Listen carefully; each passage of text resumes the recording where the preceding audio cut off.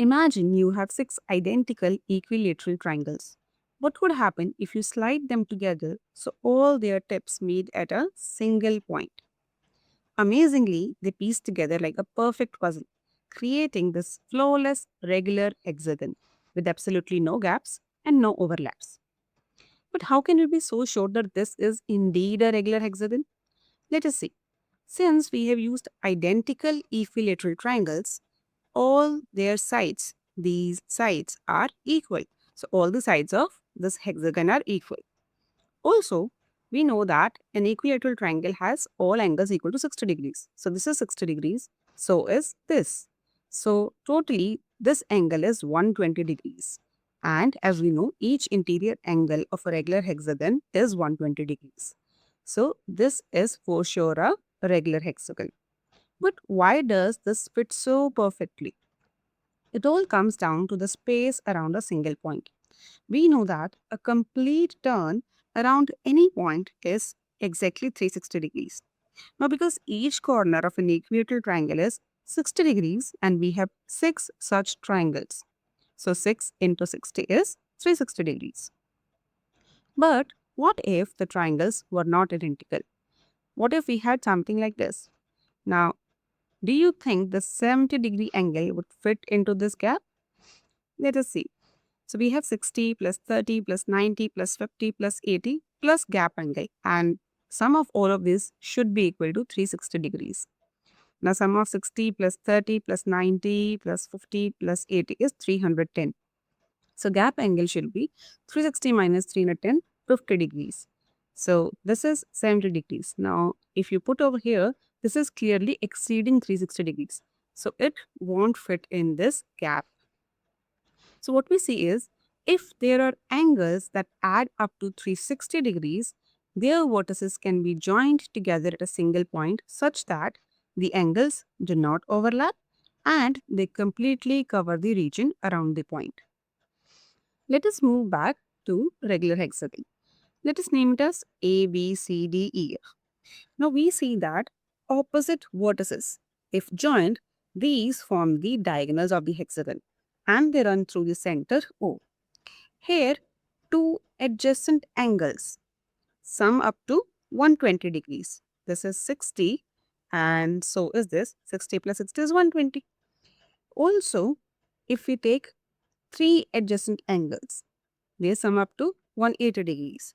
So, lines like AOD or BOE or COF, they form perfectly straight lines. Now, if we need to construct a regular hexagon from scratch, we must know how to construct an angle of 120 degrees. Now, how do we do that? Interestingly, this can be done if we construct a 60-degree angle. Yes.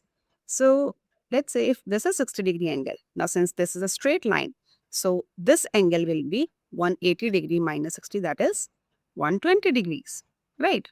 So, let us see how to construct a 60-degree angle. So we'll take a line segment AB and we want to construct 60-degree angle at vertex A. So first of all, we construct an arc with center A and any radius. So we'll place a compass at A, open it to any radius and make one arc. Let's name this point as P. Then with the same radius, we'll cut another arc from point P. So we'll keep the compass at P with the same radius. We'll make another arc intersecting this previous arc. Let us call this point as C. And let's join them, and this is 60-degree angle.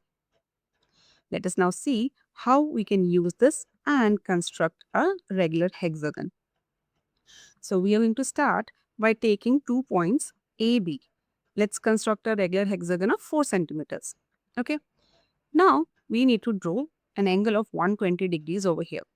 So we are going to follow these steps to construct an angle of 60 degrees first. Now, if this is 60, that means this angle is 120 degrees. Now, since this is a regular hexagon, this side is also going to be 4 centimeters. So, we'll cut this arc and make a point here at 4 centimeters. So, this is the side BC. Now, we'll repeat these steps at C point. So, we'll make an angle of 60. This is 60. Therefore, this angle is 120. Once again, we will make a point over here so that CD is 4 centimeters. Now we'll repeat the same steps at D to get the point E. And then we'll repeat the steps at E to get the point F. Lastly, we'll join F and A. Thus, we have a regular hexagon of 4 centimeters. Now that we have learned how to construct 60-degree angle, let us see how to construct an angle of 30 degrees and 15 degrees. 30 degrees, half of 60 degrees. So we can construct an angle of 30 degree by bisecting angle of 60 degrees. Now this is angle of 60 degree. So what we are going to do is we'll place a compass at P and open it to any radius and make one arc. Then we'll place the compass at this point C and with the same radius make another arc. Now we have bisected this angle, so we'll just join A to this intersection of arcs, and this angle DAB is 30 degrees. Now once again, in order to make an angle of 15 degrees, we can bisect the angle of 30 degrees. Now what should we look over here is this point, this was the initial arc, right? So here this point is 0, this is 30, this is 60. So if we want to bisect this, we are going to need these 2 points, P and this point T. So we'll place the compass at P, make one arc, then we'll place the compass at T, make another arc intersecting the previous arc and join them. EAB angle is 15 degrees. Let us push our geometry puzzle one step ahead. What happens when we look at a 6-pointed star? If you look closely at the center, you will discover a perfect regular hexagon. This star possesses beautiful rotational symmetry. But what do you think? Are the 6 triangles forming the points of the star equilateral too? Let us see. If we look at this angle, it is 180 degrees because this is a straight line, right? But since this angle forms the interior angle of regular hexagon, this is 120 degrees. So 180 minus 120 leaves us with this angle, which is 60 degrees. Now, if this is 60, so is this. And by angle sum property, so is this angle. So this is an equilateral triangle. And so are all other triangles.